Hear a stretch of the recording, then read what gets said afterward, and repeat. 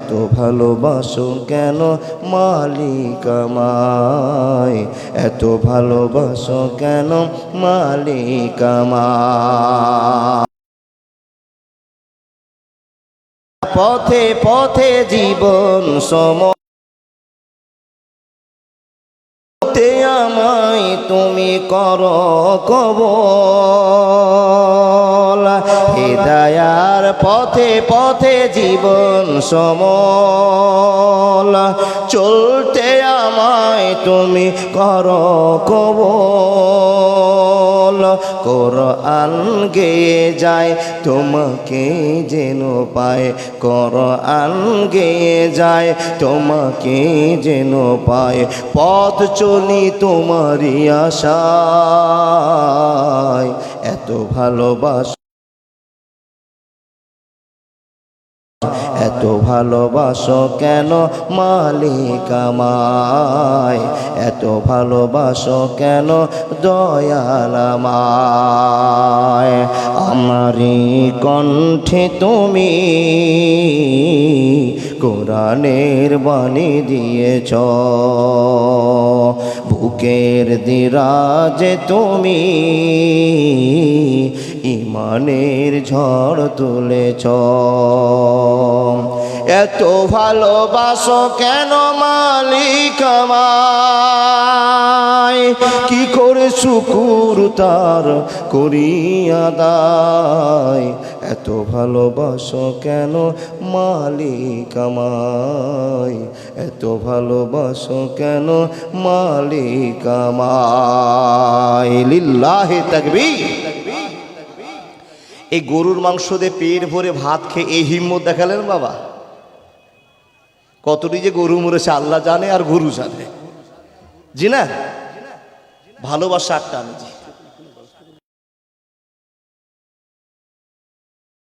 যে গরম চলছে না, জোরে বলুন তো মন খুলে আল্লাহু আকবার। আল্লাহু আকবার এর মানেটা আপনি জি চলমান সভার যোগ্যতম সভাপতি, লাখো কোটি শুকরিয়া বলুন আলহামদুলিল্লাহ। নবী মুহাম্মদ রাসূলুল্লাহ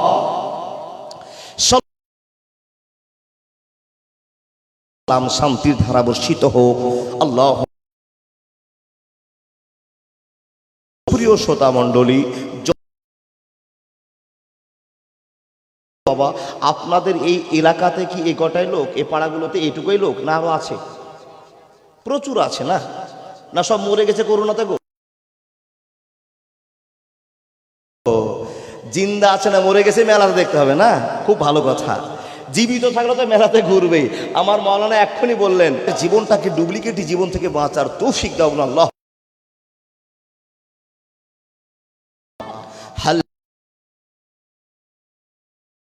ইল্লা হুয়াল হাইয়ুল কাইয়্যুম ওয়া তুবু ইলাইহি। আবার বলুন হাসবুনাল্লাহ। বলুন আল্লাহুম্মা হাসিবনি হিসাবাই ইয়াসীরা।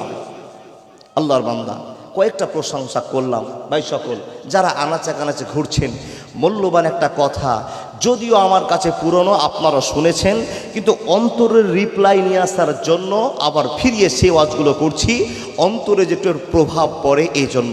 আল্লাহর বান্দা আমরা আল্লাহকে দেখে বিশ্বাস করেছি না না দেখে? আচ্ছা আপনাদের আল্লাহকে দেখার মন নাই?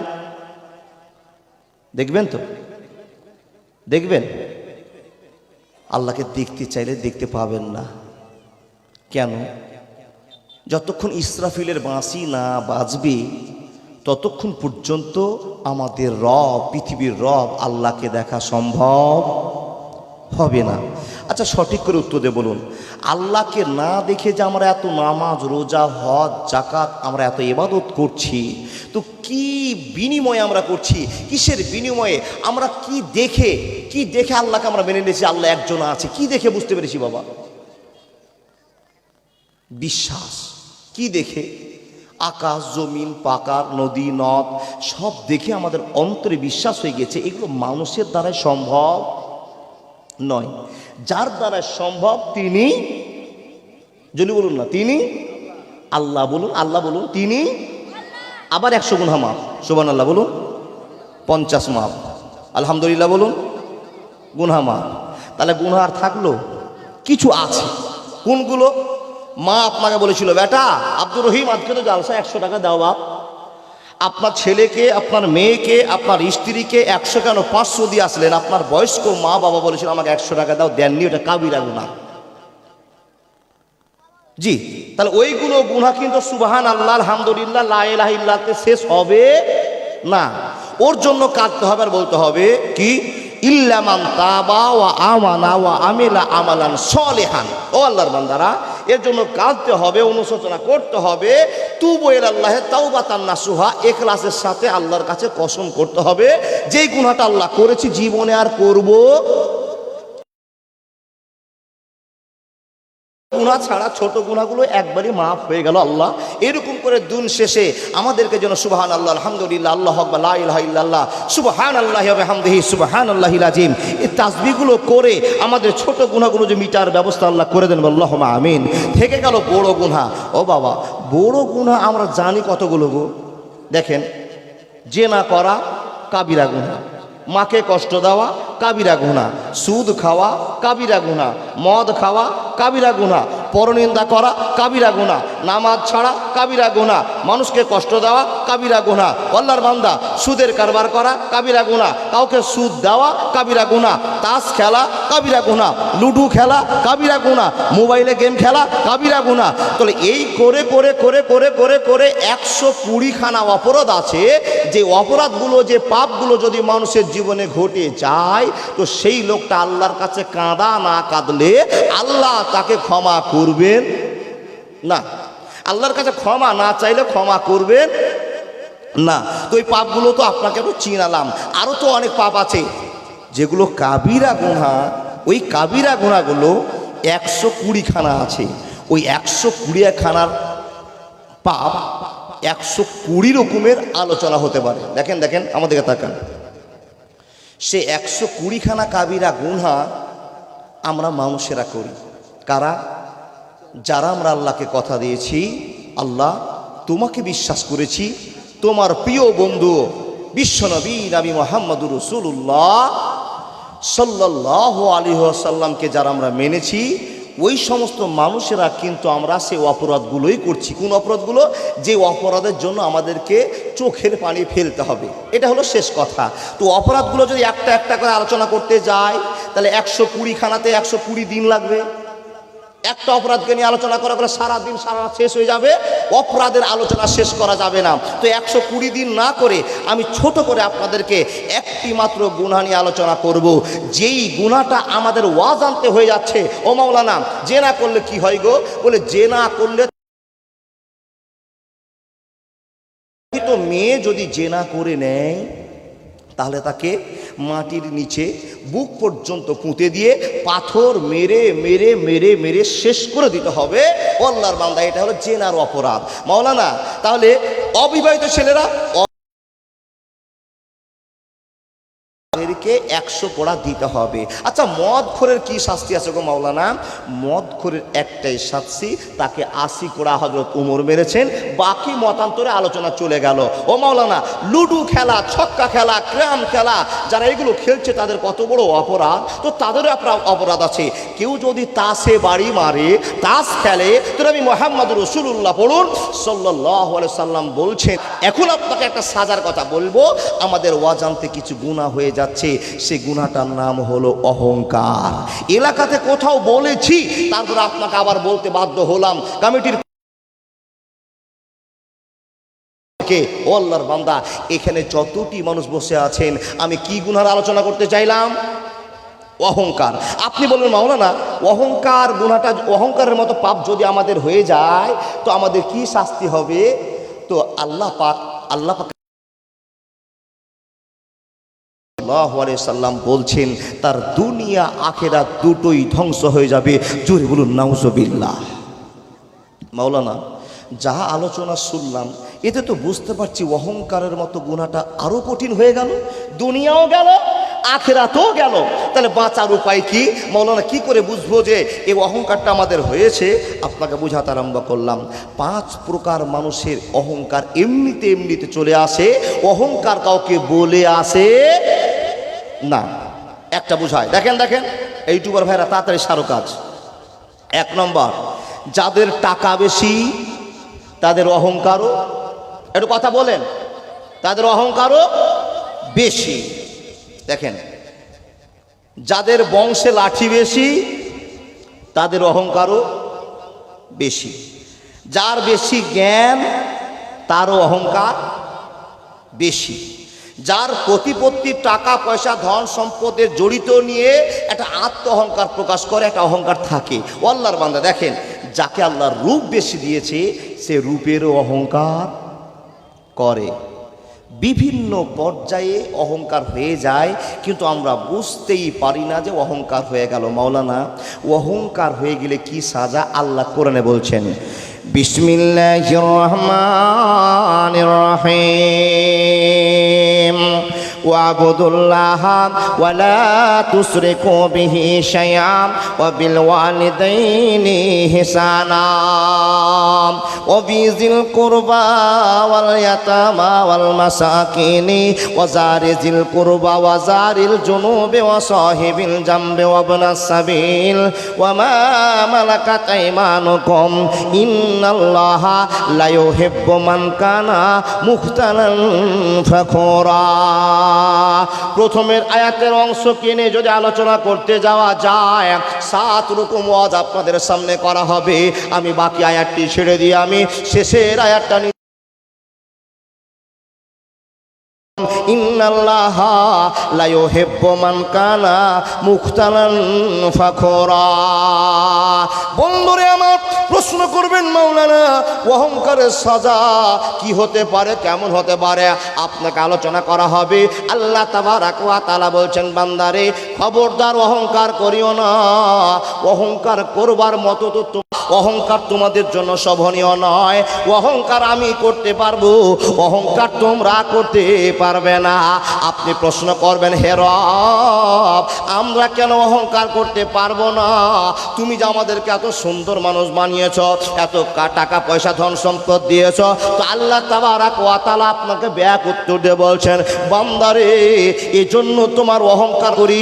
আর তোমাদেরকে চ্যালেঞ্জ ছুড়ে দিই, হে মানুষ দল, তোমরা শোনে নাও, আমি আল্লাহ মরবো না। শুধু আমি একমাত্র ধ্বংসশীল নয়। বন্ধুরে আমার, এর প্রতিবাদ করার মতো আমাদের কোনো শক্তি না। তোমরা এতগুলো বিষয় জানার পর, জ্ঞান পাওয়ার পরে অহংকার করে না, এই অহংকার হয়ে যায়। অহংকার করলে আমি রাগ হয়ে যায় রে বান্দা। এ আল্লাহ, কেন তুমি অহংকার করলে রাগ হয়ে যাও? তো রব্বুল আলামিন বলছেন, বান্দা তুমি শুনে নাও, অহংকার মানুষের জন্য কর্মজীবন নয়। অহংকার করলে আল্লাহর সম্মান ধরে হতভাগার দলেরা কোনদিন তোমরা অহংকার করবে না। আপনাকে যদি এখন জিজ্ঞেস করি, ও বাপ, আপনি অহংকার করেন? আপনাকে যদি জিজ্ঞেস করি, ভাই, আপনার যে এত টাকা পয়সা আল্লাহ দিয়েছে, তো একটু আল্লাহর রাস্তায় ব্যয় করে টাকা ইনকাম করেছি, এ টাকা আমার, অহংকার হলো না? ও বাপ, বিভিন্ন কারণে অহংকার হয়ে যায়। দেখেন অহংকার হয় কি না। টাকা পয়সা ছিল না, এখন 3 তলা বাড়ি। 30 বছর আগে ঠিক মতো ভাত খেতে পাইনি, এখন 3 তলা বাড়ি। এরকম লোক নাই বা আছে, তাই না? এই লোকগুলো আছে। এই লোকগুলো এমনিতেই ভিতরে একটা অহংকার এসছে, আমি এখন টাকাওয়ালা। গেল এক পর্যায়ে। দেখেন, শক্তি ছিল না, শক্তি জমে গেল। কি দিয়ে জমলো? টাকার পিছন পিছন শক্তি এসে হাজির হয়ে গেল। আপনি শক্তি প্রয়োগ করতে আরম্ভ, বিশেষ করে পুরুষদের ভিতরে বাবা, আর মেয়েদের ভিতরেও। কিছু পুরুষকে দেখবেন, যুবক ছেলেকে সুন্দর করে তেরে নাম কাটিং চুল কেটেছে, পকেটে লেখাপড়া হোক আর নাই হোক একটা 10 টাকার কলম ঢুকিয়েছে। ঢুকার পরে একটা আরটিআর মোটরসাইকেল নিয়ে একটা 17 জায়গা ফাটা প্যান্ট পরে রাস্তায় বেরিয়েছে। আর প্যান্ট যে পড়ার ঢং স্টাইল, আর 1-2টা গিট পার হলে বলেছে জানেন, দেখেন খোঁজ নিয়ে দেখেন, আলমারিতে শোকেসে সবচেয়ে যে ভালো শাড়িটা ছিল, ভারী ওড়নাটা ছিল, সে দামি ওড়নাটা ব্যবহার করে এসছে। তার কারণ আমি তো জালসায় যাচ্ছি, আমাকে আল্লাহ সুন্দর করেছে, ডান দিক বাম দিক সামনে দিক খালি ম্যাচিং করছে আর দেখছে আমাকে ফিট হয়েছে কিনা। দেখতে দেখতে এক পর্যায়ে সুকেশ থেকে সোনার 1 লক্ষ টাকার হাট তার দিয়ে এবারে ওড়নাটাকে ফাঁকা করে দিয়েছে, ময়দানে বসে গিয়েছে। অমুকের মেয়েরা আমাকে দেখবে আর মনে করবে যে আমি একটা বড় লোকে। যখন আপনি একজন সাধারণ মানুষের মতো জীবন যাপন করবেন, বিশ্বনবী নবী মুহাম্মদুর রাসূলুল্লাহ সাল্লাল্লাহু আলাইহি ওয়াসাল্লামের কথা আপনাকে বলে। বন্ধুরে আমার, ইতিহাস প্রমাণ করে বিশ্বনবী দেখতে এত সুন্দর ছিলেন, টল ফিগারের লোক ছিলেন, তার সুন্দর শুভ্র ভাব ছিল। বন্ধুরে আমার, ইতিহাসের পাতা যদি খোঁজ করতে যায় তো বিশ্বনবীর চেহারার বর্ণনাতে সারা নেতা, রাখালের বন্ধু, গরিবের সাথে, শুধু পৃথিবীর মানুষের বন্ধু নয়, আকাশের মধ্যে আল্লাহ তার কত সম্মান দিয়েছে, দাম দিয়েছে। এই আল্লাহর বান্দা, আপনি কি জানেন আকাশের মাটিতে লাখ লাখ নবীরা দাঁড়িয়েছিল, লাখ লাখ ফারিস্তারা দাঁড়িয়েছিল। ওই সময়তে বিশ্বনবীকে মিরাজের রাতে যখন নিয়ে যাওয়া হলো, বাইতুল মামুরে দাঁড়িয়ে আছেন। জিবরাইল বলছেন, নবী গো, এই জায়গাটাতে আজকে আপনাকে যোগ্য মনে হচ্ছে। ইয়া রাসূলুল্লাহ, আপনাকে যোগ্যতা আল্লাহ দান করেছে, আপনি সামনে চলে যান। বিশ্বনবী নামাজের ইমামতি দাঁড়িয়ে গেলেন, পিছনে হাজার হাজার নবীরা নামাজ পড়লেন, হাজার হাজার ফারিস্তারা নামাজ পড়ল। বন্ধুরে বলুন তো, লোকটার দাম কম না বেশি? বেশি বেশি বেশি। তো আল্লাহ তাবারাক ওয়া তাআলা বলছেন, যে লোকটার এত দাম, যে লোকটার এত মান, যে লোকটার এত সম্মান, সেই লোকটা যখন রাস্তা দিয়ে হাঁটতেন তো মাথাটাকে নিচু করে, বুকটাকে দুর্বল করে মাটির দিকে লাগিয়ে আস্তে আস্তে আস্তে আস্তে পা ফেলে দয়ার নবী আমার চলতেন। হয়নি, হবে না, হতে পারে না আমার নবীর সাথে কারো তুলনা। হায়রে তুলনা তো দূরের কথা, ছায়াও মিলে না। হয়নি, হবে না, হতে পারে না আমার নবীর সাথে কারো তুলনা। ইউসুফকে দেখে যারা আঙুল কেটেছে, তারা কি নবীজির রূপ দেখেছে? আরে দেখতো যদি কেটে দিত কলিজা খানা। হয়নি, হবে না, হতে পারে না আমার নবীর সাথে কারো তুলনা। একবার জোরে জোরে বলুন। একটা গল্প আপনাকে শোনাই, তারপরে কোরআনের দিকে চলে আসছি। দেখেন ইতিহাস, বিশ্বনবী রাস্তা দিয়ে মাথাটাকে নিচু করে হাঁটছেন, যে কোনো কাজে যাচ্ছেন। তার একজন বংশীয় চাচা, সবচেয়ে বড় শত্রুদের ভিতরে একটা শত্রু, উমাইয়া ইবনে খালফ, যার বাড়িতে বেলাল রাদিয়াল্লাহু তাআলা আনহু কর্মচারী ছিলেন। সে উমাইয়া ইবনে খালফ একটা লুচ্চা গুন্ডা শয়তান লোক। গরুকে, ঘোড়াকে, উটকে, মানে প্রাণীর খাদ্য জোগাড় করার জন্য একটা বিশ্বনবী রাস্তা দিয়ে হেঁটে চলে যাচ্ছেন। তো দেখেন বাপ, অহংকারটা কেমন করে হয়, পতনটা কিভাবে হচ্ছে। দেখেন রাস্তাতে যাচ্ছেন, তো বিশ্বনবীকে, এত বড় সম্মানী লোক, দামি লোক, আর দামি লোকটাকে অপমান করার জন্য উমাইয়া ইবনে খালফ আওয়াজ করে বলছেন, ও নবী মুহাম্মদ, এই শোন, এই শোন। আচ্ছা বলুন তো, এই আওয়াজটাতে নম্রতা আছে, ভদ্রতা আছে মনে হলো আপনার? বিশ্বনবী মাথাটা ঘুরিয়ে বলছেন, ও চাচা আপনি রেখেছেন। তো বিশ্বনবীর যা হাঁটার সিস্টেম, আস্তে আস্তে এসে বলছেন, এই নবীজি তো স্বভাব ছিল মানুষকে দেখলে আসসালামু আলাইকুম। তো চাচা কি কালেমা পড়েছে? না, পড়েনি। চাচাকে বলছেন, চাচা কিছু বলছিলেন? বন্ধু আমার, যখন এই কথাটা নবী মুহাম্মদ চাচাকে বলা, চাচা দেখেছো এই হাইসাটা চিনে রাখো, এই হাইসাটা দিয়ে তোমাকে আমি দুই খণ্ড করব, পার করে দেব, তোমার জীবনটা শেষ করে দেব। ও নবী মোহাম্মদ, তুমি নেতা হতে চলেছো, নবী হতে চলেছো। এ মোহাম্মদ শোন, তুই যদি কালেমার প্রচার না বন্ধ করিস, এই হাইসা দিয়ে তোকে দুই খণ্ড করে দেওয়া হবে। ও মোহাম্মদ, তুমি নেতা হতে পারবে না, আমাদের দেবদেবীকে এত কালো করার চেষ্টা তুমি করবে না, এই হাইসা দিয়ে দুই খণ্ড করে দেওয়া হবে। বন্ধুরে আমার, নবী একটা উত্তর দিচ্ছেন না, চুপচাপ দাঁড়িয়ে আছেন। এই লোকটা বকে যায় বকে যায়। বন্ধুরা আমার, টাটকা খবর শুনে যান, নবী মোহাম্মদ ততক্ষণ কথা বলতেন না যতক্ষণ আল্লাহ আকাশ থেকে জিবরাইলকে না পাঠিয়ে দেয় আর বলে দেয়, হে জিবরাইল যাও যাও যাও, আমার বন্ধু নবী মোহাম্মদকে খবরটা জানিয়ে দাও। এই খবরটা না জানা পর্যন্ত নবী কথা বলতেন না। ওমা ইয়ানতিকু, কে বললেন? হযরত মুহাম্মদ বলছেন, চাচা মরণের মালিক আল্লাহ, কে কখন মরবে কে কখন না মরবে জানি না, কিন্তু আমি যা জানি তুমি সামনে যুদ্ধে আমাকে মারার চেষ্টা করেছো, ওই যুদ্ধে তোমাকেই আল্লাহ মারবে, খবরটা নিয়ে নাও। এই কথা বলে নবী আবার ভদ্রতার সাথে হাঁটতে হাঁটতে চলে যাচ্ছেন। বন্ধুরে আমার শুনুন, যখনই রাস্তা দিয়ে নবী চলে গেলেন, 5 মাস যায়নি তার আগে উমাইয়া ইবনে খালফ ভাইব্রেশন শুরু হয়ে গেল। কেন বললাম এই ছেলেটাকে আমি যথেষ্ট চিনি, এই ছেলেটা কোনোদিন মিথ্যা কথা বলেনি, কোন লোককে পরিচয় আলামিন দিয়েছে। আমি কেন বললাম টেনশন করতে আরম্ভ করলো।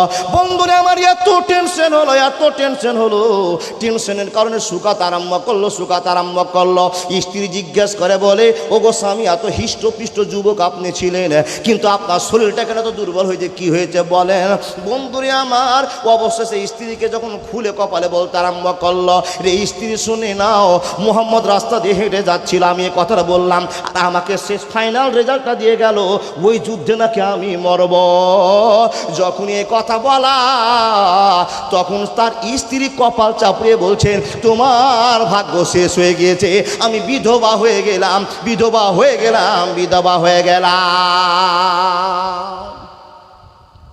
কেন বিধবা হয়ে গেলে? বলে, স্বামী গো, তুমি কি জানো না, যতদিন থেকে জানি, যতদিন থেকে চিনি, যতদিন আমি ব্যবহার করেছি, দুনিয়াতে চলতে দেখেছি, এ মোহাম্মদকে নিয়ে গোটা মক্কা পাগল হয়ে আছে। এ ছেলে কোনোদিন মিথ্যা কথা বলেনি, তারা আজকেও সত্য কথা বলেছে। অতএব তোমার মরার দিন তারিখ ঠিক হয়ে গিয়েছে, তুমি আর বেঁচে থাকবে না। বন্ধুরে আমার, এমন কষ্ট দিয়ে তাকে মারা হলো, করোনা ভাইরাসে মরে গেল। করোনা ভাইরাস এমন হয়ে গেল, বন্ধুরে আমার, এই করোনার জন্য মরে গেল। 3 দিন 3 রাত বাড়ির বাইরে পড়ে থাকলো, তার ছেলেমেয়েরা কেউ হাত দিতে আসলো না। অবশেষে কুত্তার মতো টানতে উমাইয়া ইবনে খালকে ভাগাড়ের মধ্যে ফেলে দেওয়া হলো। এই জন্য তো আপনাকে বলা হয়, আসলো ভাইরাস করোনা, কিয়ামতের নমুনা, আমার আল্লাহ ছাড়া কেউ তো জানে না, আমার আল্লাহ ছাড়া কেউ তো জানে না। মুসলমান ভয় পেও না করোনাকে, ভয় করো আমার আল্লাহ তাআলাকে। বিপদে পড়িলে মানুষ আল্লাহ নামটি ভুলো না, আমার আল্লাহ ছাড়া কেউ তো জানে না, আমার আল্লাহ ছাড়া কেউ তো বুঝে না। সকলে মন থেকে বলুন, আর কোনো দিন অহংকার করব না। এমন একটা অপরাধ, এই অপরাধের সাজা দুনিয়া আখিরাত দুটোই বরবাদ। প্রমাণ দিবা, অহংকারটা হয়ে যায় কি করে। এবার কোরআন দিকে আসি। বন্ধু আব্বাজান, চলতে ফিরতে বলতে আমাদের এই গুনাহটা হয়ে যায়। মা বোন এক বলবেন, কথা বলে দিবেন, আপনার এখানেও অহংকার লুকিয়ে আছে। তওবা করুন, আস্তাগফিরুল্লাহ, আমি জীবনে আর এরকম অহংকার করব না। সূরা কাহাফ থেকে আমি তাফসীর করে আপনাকে একটা একটা করে শোনাবো। সূরা কাহাফের 60 থেকে 82 পর্যন্ত একটা টানা ওয়াজ আপনাকে বোঝাতে আরম্ভ। আপনাকে একজন ফোন করে বলছেন, এ সাত্তার বাড়ি যাবি না? বলে কি না, ওই আব্দুল করিম ভাই বাড়ি যাবা না? তো আপনি সোজা বলছেন, একটু থাম না, একটু থাম, বাড়ি যাবো। আচ্ছা বলুন তো, খুব ভাবনা চিন্তা করে বলবেন, আপনি বাড়ি যাওয়ার শক্তি রাখেন? হিসাব, আপনি বাড়ি যেতে পারবেন? পারবেন না। কে বাড়ি যাওয়াবে আপনাকে? আল্লাহ। আপনি ওকে বলেন ভাই দাঁড়াও একটু, আল্লাহ যদি যাওয়াই তো আমি বাড়ি যাব, এ কথা বলা যাবে না। আপনি যখনই বললেন দাঁড়া দাঁড়া দাঁড়া আসছি এখনই যাবো বাড়ি, তো আপনি এখানে আল্লাহকে পিছনে ফেলে দিয়ে আপনি বললেন আমি বাড়ি যেতে পারবো, এখানে একটা অহংকার লুকিয়ে আছে।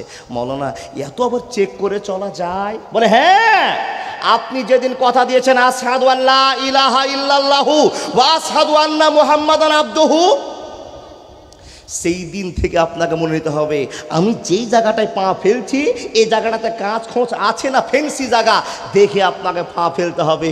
আপনি না পৃথিবীর শ্রেষ্ঠ মানুষ, পৃথিবীতে এত মানুষ আছে আর আল্লাহ এত মানুষের ভিতর থেকে আপনাকে হেদায়েতের পথ দেখিয়ে ইন্নাকা লা তাহদি মান আহবাবতা ওয়ালাকিন্নাল্লাহা ইয়াহদি মান ইয়াশা, আপনাকে এত মানুষকে পিছনে ফেলে দিয়ে আপনাকে আল্লাহ মুসলমান বানালেন কেন, এ কথা আপনাকে জানতে হবে।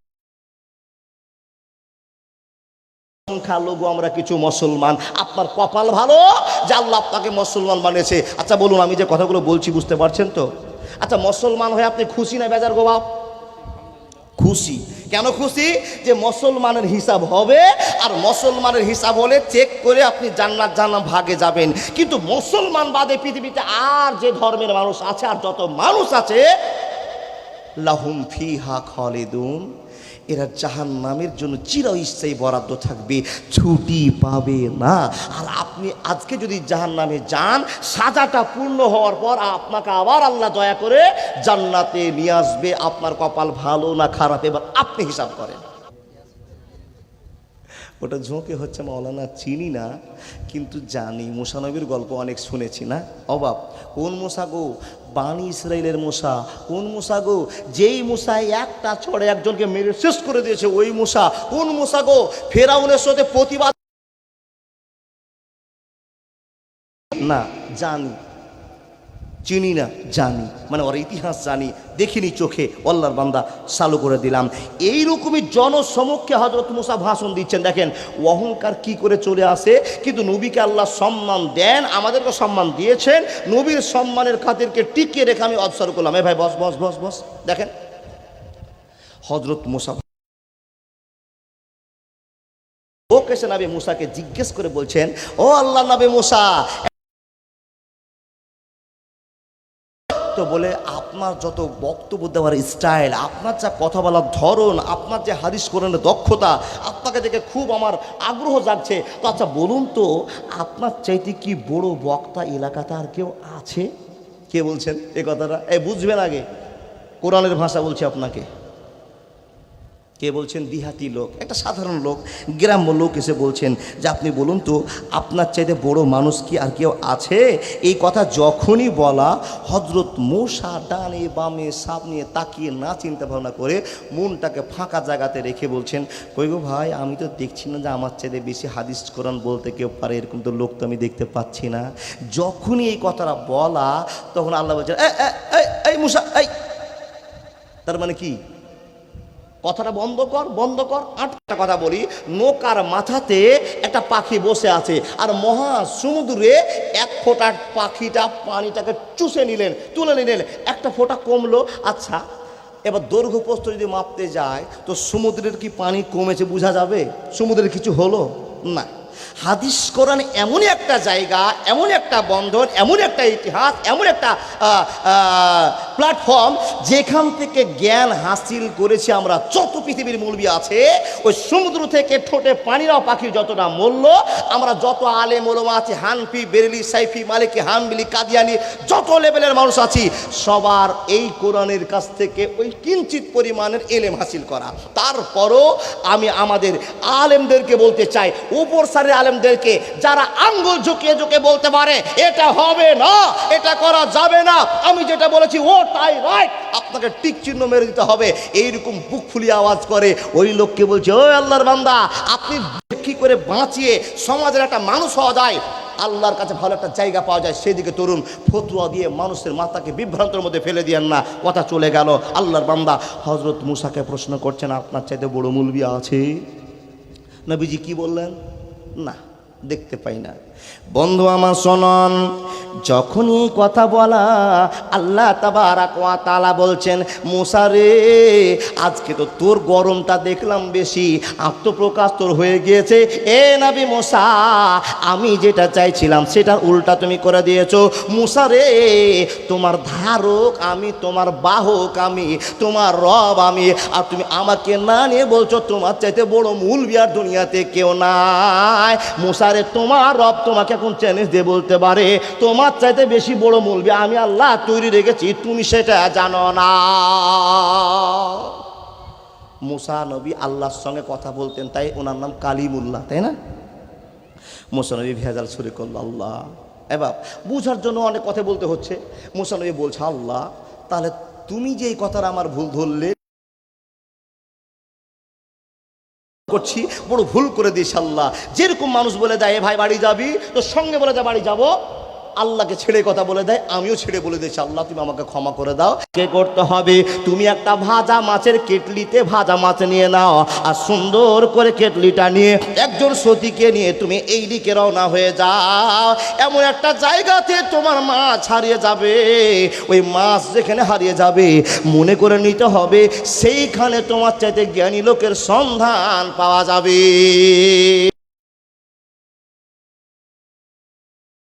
মুসা, ওই জ্ঞানী লোকটা যখন দেখতে তুমি চেয়েছো দেখাবো, তো তুমি বাড়ি থেকে যখন বের হবে একটু মাছ ভেজে নিও, করেছেন ওকে দেখবো কোন জায়গাতে আছে আর কি জ্ঞান আল্লাহ ওনার কাছে বেশি দিয়েছে, ওই খবরটা জানতে যাবো। চলো, দুইজন মিলে বাড়ি থেকে বেরিয়ে গেল। ও বাবা, আপনাকে বোঝার জন্য বলছি, যেতে হবে এখন বহরমপুর, আল্লাহ বাতিয়ে দিয়েছে। চলে যাও নদীর ধার ধার, যেখানে গিয়ে তোমাদের মাছ হারিয়ে যাবে, কিংবা তেয়া মাথা, কালিয়া চকের মতো তেয়া মাথা জায়গাতে, তীরমোহনী জায়গাতে ও আল্লাহর বান্দা তোমার জন্য অপেক্ষা করবে। আল্লাহর প্রকৃত বান্দা জ্ঞানী মানুষকে পাওয়া যাবে।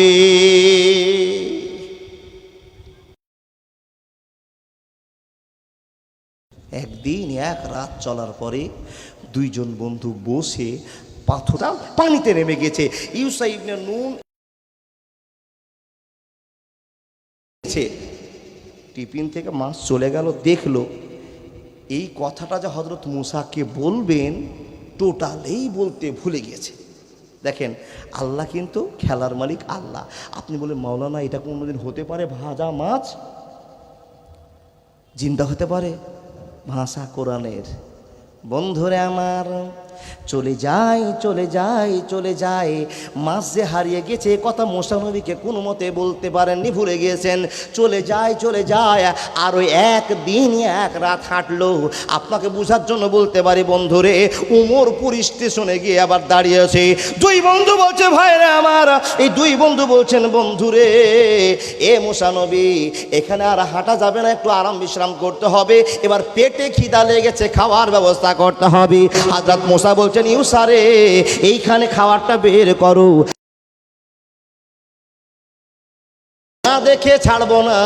আমার চাইতে যে জ্ঞানী লোকটাকে আল্লাহ তৈরি করেছে ওই লোকটাকে দেখবো, ওই লোকটার কাছে জ্ঞান হাসিল করব, তারপরে বাড়ি ফিরে যাব। আজরাইলে খাই না ঘুষ, শুনো রে ও মানুষ, কি হবে কালো টাকার বাড়ি বানায়া, বন্ধু কি হবে কালো টাকার বাড়ি বানায়া, আইছো খালি চাইবা খালি তিন টুকরা কাপড় লিয়া। জি হাজিকুল আলম 1000 টাকা দেশে। আমি এক্ষুনি বলবো আপনাদের কাছে 10টা চা। বাবজান দেখেন, হযরত মুসা বলছেন, বন্ধু যে খাবারগুলো ছিল ওই খাবারগুলো তাড়াতাড়ি করে বের করো তো, খুব ভোগ লেগেছে। এই মাছ হারাবে সেখানেই তো জ্ঞানী লোকটাকে পাবে। পায়ের চিহ্ন দেখতে দেখতে দেখতে দেখতে আবার হাজির হয়ে গেল। কোন জায়গায়? যেই পাথরে বসেছিল। ও দাদা, দাদা শুনুন, কি নাম? এমডি আবুল কালাম। মাশাআল্লাহ, জাযাকাল্লাহ। এইখানকার ক্যাশিয়ার সাহেব পাঞ্জাবি আর লুঙ্গিতে বলছে ক্যাশিয়ার সাহেব। ও গো আল্লাহ দয়াময় পাক রব্বানা, আর 3500 টাকা না দিলে দাদাকে, ও 2000, তাহলে 3000 টাকা বাকিতে লিখিয়ে দেন। এই জালসার কাছে 1000। মাশাআল্লাহ, জাযাকাল্লাহ। আমার মা কিংবা মাসি কিংবা বোন কিংবা দিদি 1000 টাকা দিয়েছে। আলহামদুলিল্লাহ, আলহামদুলিল্লাহ। ভাই তোমার নাম বলো না? আল্লাহু আকবার। ওয়াজ কি করব গো, এমন গুরুত্বপূর্ণ কথা, নাম ভুলে গেছেন। যাক, আল্লাহ তো ভুলবে না নাকি? মানুষটার বললে মনটা নরম হবে, দেখে আর একজন দান করে। শনির সব ছেলেগুলো এসে আপনাদের মসজিদে নামাজ পড়ে, ও গ্রামবাসীরা আপনাদের কপালে চাকা খুলে গিয়েছে। কত দূরকার ছেলে মিশনে পড়তে আসবে, ছেলেরা হাত তুলে আল্লাহর কাছে দোয়া করবে, রব্বুল আলামিন এখানে মসজিদগুলো মুসলমানেরা বানিয়েছে গো আল্লাহ। এই কথা বলবে, আল্লাহ ক্ষমা করে দাও, জীবনে গুলো মাফ করে দাও, ক্ষমা করে দাও, মাফ করে দাও।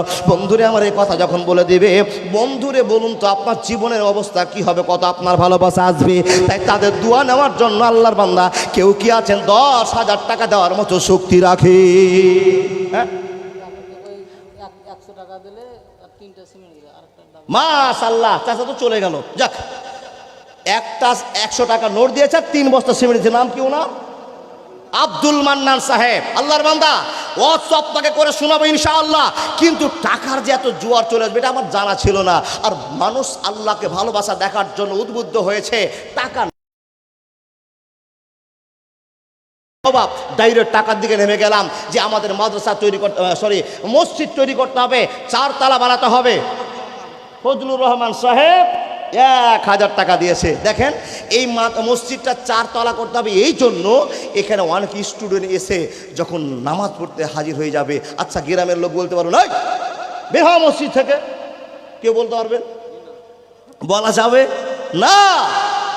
আপনি জানেন না আপনার কত বড় কপাল যে আপনার টাকার গড়া মসজিদে পৃথিবীর বিভিন্ন জায়গা থেকে, রাজ্যের বিভিন্ন জায়গা থেকে ছেলেরা এসে আপনার টাকার মসজিদে নামাজ পড়ছে। আপনি বলেন মাওলানা আমাদের কি লাভ? এটাই হলো সাদকাতুল জারিয়া। মাশাআল্লাহ। কি নাম গো দাদা? এই গ্রামে বাড়ি? কি নাম? আনারুল হক সাহেব। ও দাদা, তো এই যে দিমি 2টা সিমেন্ট, মাশাআল্লাহ, আনারুল ইসলাম সাহেব 2টা সিমেন্টের বস্তা আর 1000 টাকা। বলে মাওলানা জোর জার করে নিয়েন না তো গো। ও বাপ, এখন যে কষ্ট, এখন দিতে একটু কষ্ট হবে, কিন্তু আখিরাতে হাসবেন আর বলবেন ভাই এমদাদুল তুমি যদি জড়িয়ে ধরে আর 100 টাকা নিতে, আমার 2টো নেকি শর্ট পড়ে গেছে, ওই শর্ট তার থাকতো না। মা বোন, আপনাদের ভিতরে কোনো মা বোন দিদি আছে যারা আল্লাহর ঘরকে দেওয়ার জন্য 5,000 10,000 দিতে পারে? কোনো একটা মা আজকের দিনে রেকর্ড ভেঙে বলুন তো, আমি 5,000 5 বারে দিব মাওলানা সাহেব, 5 মাসে শোধ করব। আর খবর তো হাতেই আছে বাবা, কেউ কন্যাশ্রী পাচ্ছে, কেউ লক্ষ্মীর ভান্ডার পাচ্ছে, কেউ PM কিষাণ পাচ্ছে, বিভিন্ন রকমের টাকা আপনার কাছে এখন জমা হয়েছে। কারো স্বামীর পকেট মারা টাকা আছে, জমা করুন আল্লাহর রাস্তায়। কতদিন? 5,000 টাকা আমি দিলাম, 5,000 টাকা দিলাম কিসের জন্য?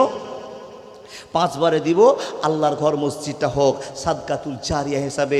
মাওলানা সাহেব, আমরা যে আল্লাহর এই ঘরটা করবো, তো বিনিময়ে আল্লাহ আমাদের কি দিবেন? মাম, দাদা বন্ধু আমার ভালো করে শুনুন, এর বিনিময়ে আল্লাহ কি দিবেন? সোজা কথা, জান্নাত দিবেন। তো জান্নাতে কি আছে? আল্লাহর নবী মোহাম্মদ বলছেন, এমন কোনো জিনিস জান্নাতে নাই যে জিনিসটা বান্দা চেয়ে পাবে না, চেয়ে পাবে না, চেয়ে পাবে না। এমনটা কোনো জিনিস জান্নাতে কমতি থাকবে না। বন্ধুরা আমার, ওই জান্নাতটারে একটা ছড়ির যে সোনাটা দেওয়া আছে জান্নাতে, যদি কেটে বিক্রি করে দেওয়া হয়, গোটা পৃথিবীর বাজার শেষ হয়ে যাবে। জান্নাতের ছড়ির দাম দিতে পারবে না। কি নাম ভাই? রিয়াজুল, তুমি দিলা? তোমার বাপ অসুস্থ, দেখেন যোগ্য ছেলে 500 টাকা দাম দিয়েছে, রব্বুল আলামিন বাপ অসুস্থ হয়ে গিয়েছে, 5,000 টাকার ওষুধ খেয়েছে, ভালো হয়নি। হে আল্লাহ, তোমার দিকে অপেক্ষা হয়ে আছে। আল্লাহ, তুমি তো সারা বিশ্বের রব, সারা জাহানের রব, তুমি ডাক্তারের ডাক্তার, সার্জেনের সার্জেন গো আল্লাহ। আজবিল বাস রব্বান নাস ইসফান্তা সাফিলা সেফা ইল্লা সেফা কাসেফান লা কাদার শাকামা। মাবুদ, তুমি কবুল করে নাও, আমিন সুম্মা আমিন। এতগুলো লোকের ভিতরে আমি চেয়েছিলাম, ও বাপ, 10,000 টাকার একজন দাতা। এখানে যতটি ঘর আছে, যতটি মানুষ বসে আছেন, এলাকাতে যত আপনারা দামি মানুষ, ও বাপ, আপনাদের কত দাম? আমাদের সেই দক্ষিণ দিনাজপুরে জিজ্ঞেস করুন যে কালিয়াচকের কত দাম। সবার মুখে একটা কালিয়াচক, কালিয়াচক, কিন্তু কালিয়াচকের ভিতর যদি ফাঁকা থাকে বাবা, এটা তো আপনাদের ভুল। আমরা জানি কালিয়াচক পুরুট, আর এসে আমি দেখছি কালিয়াচক ফাঁকা। কেউ পারবেন না, বুঝতে পারেননি? পৃথিবীতে দাম আছে, আপনার দিকে দিকে কালিয়া চকের নাম আছে। এই লোকগুলো জবর লোক, টাকা দিতেও রাজি, এদিকেও রাজি। বুঝাবো না। মমিন পাড়া থেকে কাউসারের আম্মা নাকের ফুল দিয়েছে, এটা হারিয়ে যাবে, ধরেন। স্বামী মারা গিয়েছে, এই যে নাকেরটা, এ আল্লাহ তোমার বান্দাই একখানা নাকের দিয়েছে। একজন মহিলা আল্লাহ 500 টাকা দিয়েছে। মাবুদ গো, এতগুলো ছেলের ভিতর থেকে চাইতে না চাইতে অনেক মেয়েরা দান করে ফেলতে আরম্ভ করেছে। হে রব্বুল আলামিন, কি আশাতে কি নিয়মে দান করেছে আল্লাহ তুমি একমাত্র জানো। আল্লাহ কার জন্য দান করেছে তুমি একমাত্র জানো। তুমি খুশি হবে, এই খুশির আশায় দান করেছে আল্লাহ। কামাইতে বরকত দাও, রুজিতে বরকত দাও, সংসারে সুখ দিয়ে দাও। আল্লাহুম্মা সাল্লি আলাইহি, আল্লাহুম্মা বারিক আলাইহি। একটা লোক আমি দেখতে চেয়েছিলাম, যে লোকটা 10,000 টাকা দিয়ে বলবে মাওলানা আমি 10,000 টাকা দিলাম আল্লাহর ঘরকে তৈরি করার জন্য। আল্লাহ তো আমাদের কাছে টাকা চেয়েছে। জি বাবাজি, আমার দেশে 1,000 টাকা এই গ্রামে বাড়ি বাবা।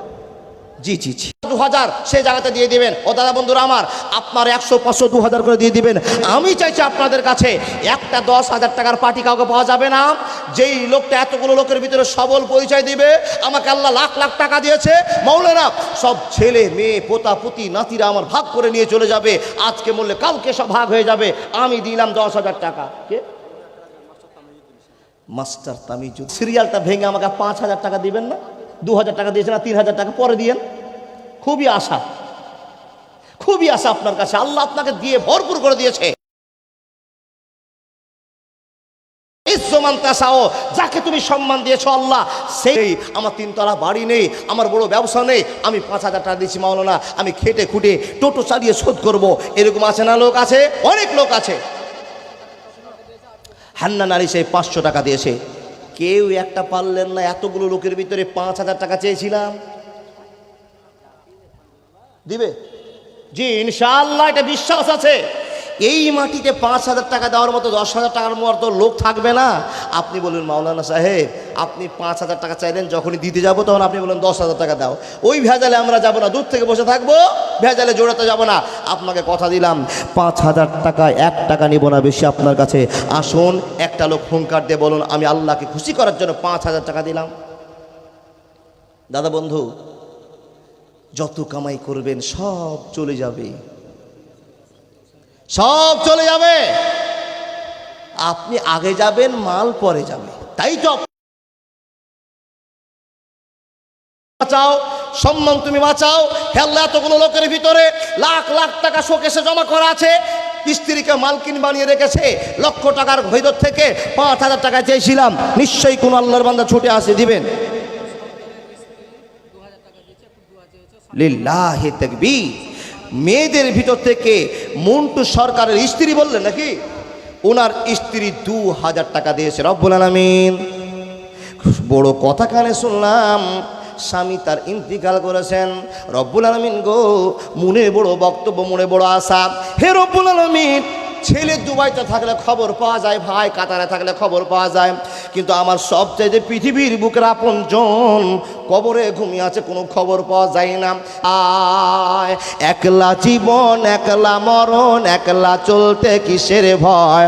এ দুনিয়ার মানুষগুলো কেউ তো আপন নয় গো, এ দুনিয়ার মানুষগুলো কেউ তো আপন নয় গো, এ দুনিয়ার মানুষগুলো সবই স্বার্থপর।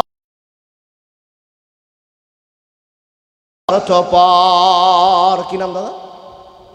পিন্টু 1,000 টাকা দিয়েছে। ও বাপজান, তো চলে যাওয়ার পর বলবেন আমি কি চিনি যে পিন্টু? দাদা দাদা পিন্টু মানুষ, আর মোটা মানুষ না হলে দান মোটা আসে না। আর আপনাদের মতো লোকের জন্যই তো 3 তলা হয়েছে। আর 1,000 টাকা দাদা মন্টু সাহেব, লিল্লাহি তাকবীর। আপনি ঠিকই বলেছেন। না না, তো আগে বলবেন না বইল মাছটাকে ভালো করে অপারেশন করব। জি মন্টু সরকার আমার দাদা দিয়েছে 2,000 টাকা। কি দিয়ে মানো না? বেনামিতে 500 টাকা। সিরাজুল আরো মাঝে মাঝে বাদ দিয়ে কথা না বলে শান্তি বাসে না গো বাপ। হয়তো 10 টাকা নিবে, কত কষ্ট করে ইনকাম করে কি করার, বেটা বেটিতে বরকত হবে নাকি? 1,000 টাকা